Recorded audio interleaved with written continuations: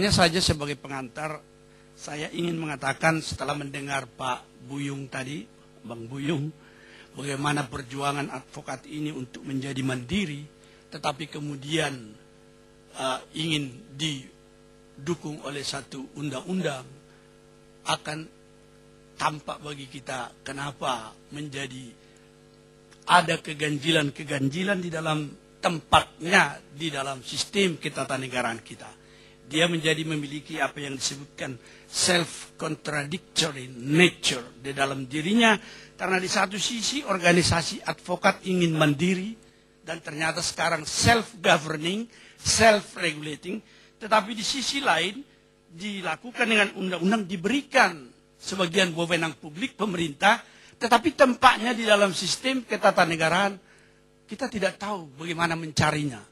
Karena akan kita lihat nanti paham yang dibawa di dalam pembentukan ini menjadi tidak jelas.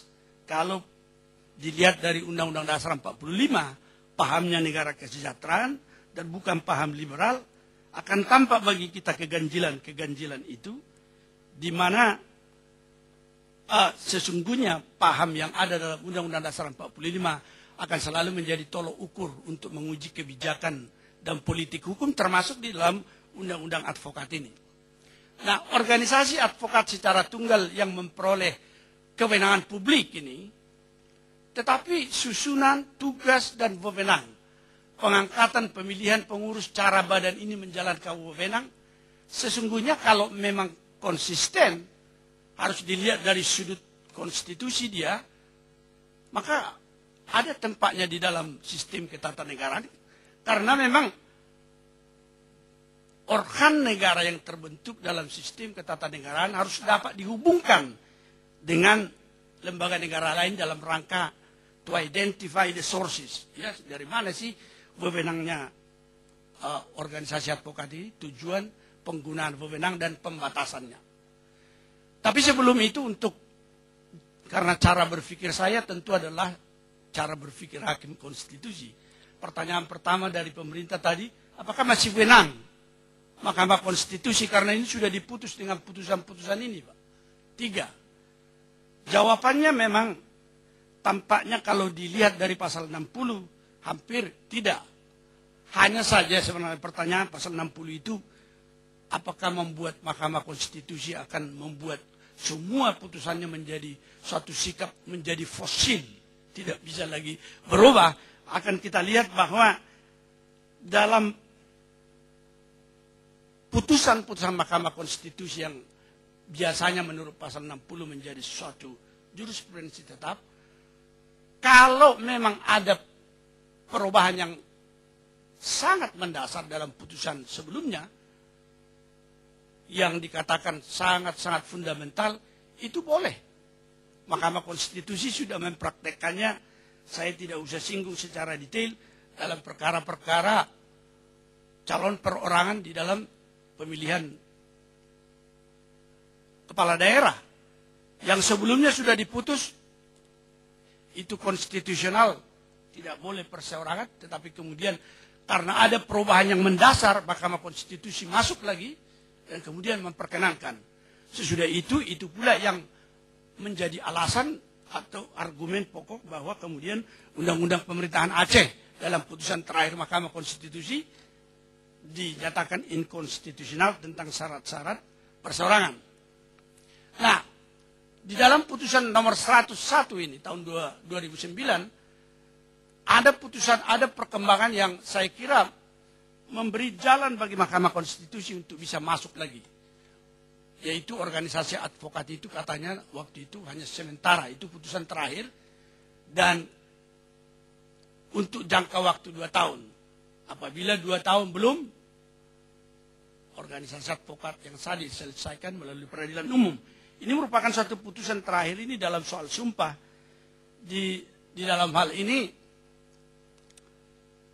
putusan terakhir itu yang kemudian oleh Mahkamah Agung tidak disumpah, yang dari KAI itu pasti nampak secara jelas ada diskriminasi yang serius ini. Ini masalah konstitusi ini. Jadi kemudian keadaan ini menurut hemat saya, jika fakta atau keadaan yang relevan dengan putusan res judicata terdahulu telah berubah. Nah, kedudukan organisasi advokat dalam sistem ketatanegaraan kita bagaimana sih?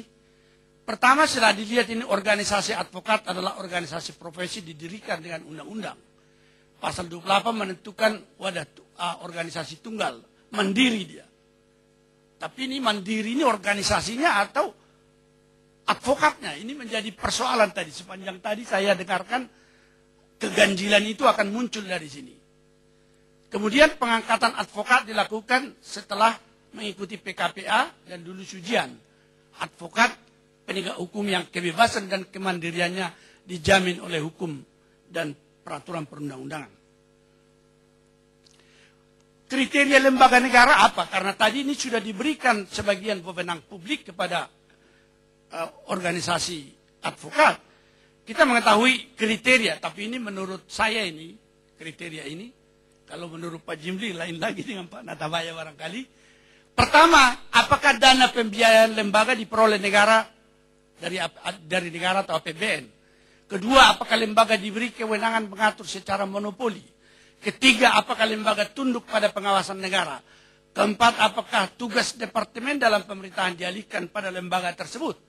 Kemudian, apakah pimpinan dan pengurus organisasi diangkat dan ditetapkan negara? Kelsen hanya menyebutkan dua, tapi itu menyebabkan mungkin di MK dulu dianut ini. Kalau dia memiliki norm creating function dan norm applying function, itu sudah boleh dikatakan organ negara. Dan akibatnya kalau dari ini individu boleh juga disebutkan negara. Tapi kriteria Kelsen ini tidak memadai untuk suatu sistem dengan paham welfare state. Saya mengatakan tadi undang-undang advokat itu self-contradictory. Pertama, status lembaga negara bersifat auxiliary organ tanpa landasan regulasi yang konstitusional. Nanti akan saya perlihatkan. Dua, undang-undangnya tidak menyebut norma konstitusi yang mengamanatkan organisasi advokat dibentuk. Kalau dicari tempatnya, kenapa perlu dengan undang-undang? Kita cari, saya minta maaf Bang Buyung, saya cari-cari itu, hanya ada sebenarnya di pasal 24 ayat 3 Undang-Undang Dasar hasil perubahan. Yaitu yang mempunyai kaitan dengan kekuasaan kehakiman. Itu diatur dengan undang-undang, memang landasannya bisa. Organisasi advokat memiliki kewenangan monopoli untuk menentukan standar, pelatihan, pengujian, dan memberi izin praktek pengacara.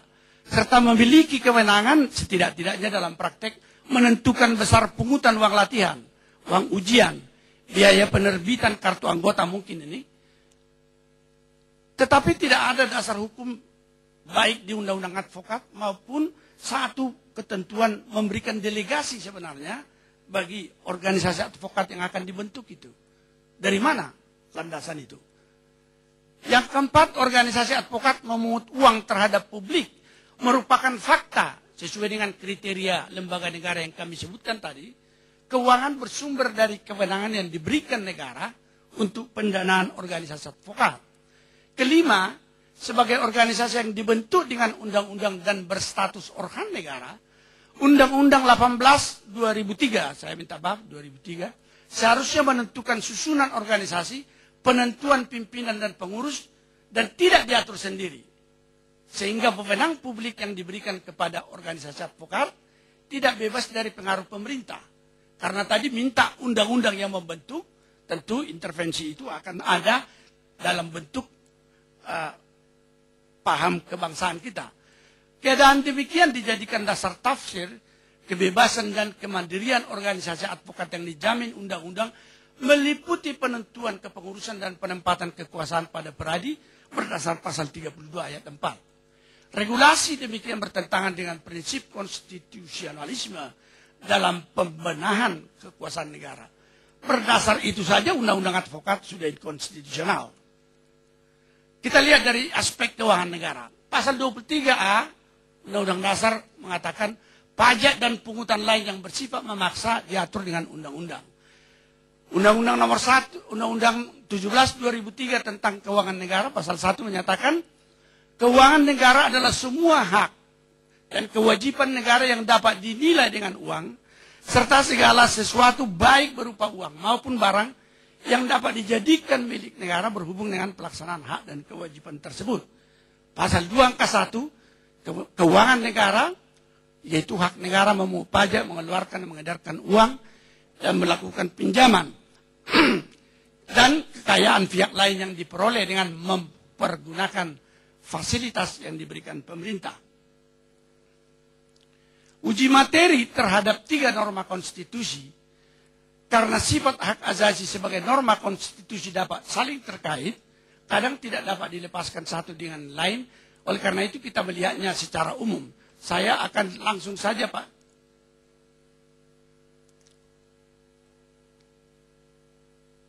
Pasal 30 itu merupakan satu pemaksaan. Jelas tadi sudah disebutkan itu.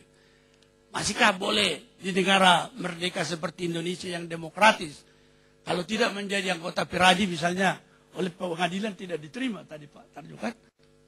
Jikalaupun benar ada perintah Undang-Undang Dasar 45 bentuk undang-undang advokat, prinsip HAM sebagai norma konstitusi yang unggul, atau disebutkan oleh Alex Stone itu supraconstitutional normativity, hanya dibatasi melalui pasal 28J ayat 2 sepanjang menjamin pengakuan, penghormatan HAM orang lain, tuntutan yang adil sesuai dengan pertimbangan moral, nilai agama, dan lain-lain. 3 tahap harus kita capai untuk mencapai balance dalam soal ini. Pertama, kalau mau dikesampingkan hak asasi, apakah sarana yang digunakan pantas untuk mencapai tujuan? Kedua, apakah instrumen yang digunakan mencapai tujuan yang sah dipilih memiliki akibat yang paling terbatas terhadap nilai HAM? Ketiga, apakah dengan ukuran kedua pembatasan yang dilakukan proporsional dengan tujuan yang dicapai? Beban atas hak asasi tidak boleh eksesif dibanding dengan keuntungan yang diperoleh dengan tujuan negara, dengan catatan non-derogable rights tidak dapat dikurangi. Dalam kesimpulan saya mengatakan, organisasi advokat yang dibentuk dengan kewenangan publik, tapi yang self-regulating dan self-governing tanpa campur tangan negara, tidak mengalir dari Rex ide dan Stats ide Undang-Undang Dasar 45.